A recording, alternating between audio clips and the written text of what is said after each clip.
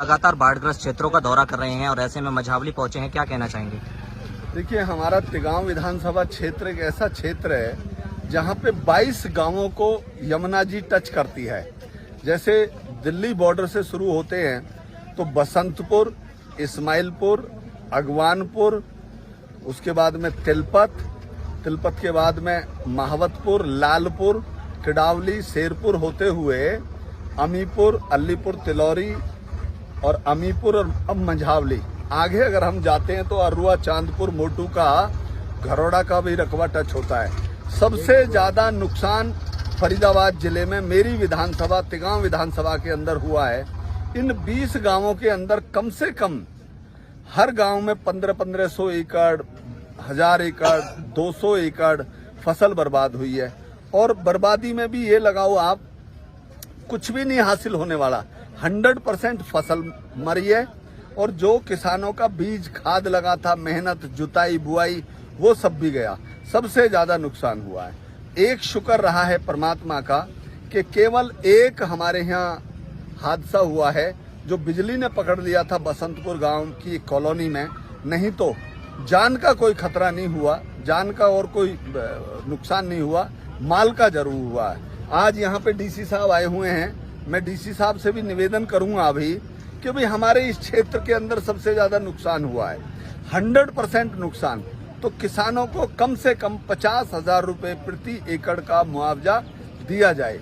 फसल तो होती लाख रुपए एकड़ की, लेकिन कम से कम 50,000 रुपए एकड़ की फसल का मुआवजा दिया जाए। अगर हम बात करें दूसरे राज्यों से आए हुए प्रवासी मजदूरों की, जो लगातार कहीं की पट्टे पर या फिर कहीं की कुछ शेयर के माध्यम से फसलें बोकर अपना लालन पालन कर रहे थे, ऐसे में उनके घर से वो बेघर हो गए, रोजी रोटी उनकी खत्म हो गई, तो ऐसे में उनको लेकर क्या कहना चाहेंगे? देखिए, ऐसे बहुत लोग हैं हमारी नजर में हैं। कुछ माली हैं, कुछ मजदूर हैं जो खेतों में झोपड़ी बनाकर, कमरा बनाकर रह रहे हैं। उन्होंने पट्टे पर जमीन ले रखी है, बहुत लोग हैं। तो ये तो मैं समझता हूँ जमींदार, लैंडलॉर्ड और जो उनकी पट्टे पर जमीन ले रखी है, इनको आपस में सेटल करके आधा आधा कर लेना चाहिए। या किसी ने पट्टे पे ले रखा है तो वो पट्टे का अमाउंट आधा दे के खर्चा आधा दे दे।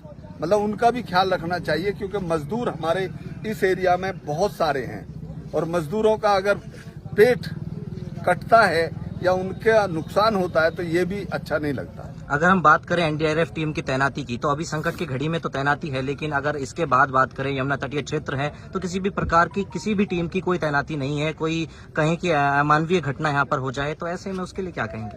देखिए, वैसे तो ये प्राकृतिक आपदा है, किसी का इसमें दोष नहीं है।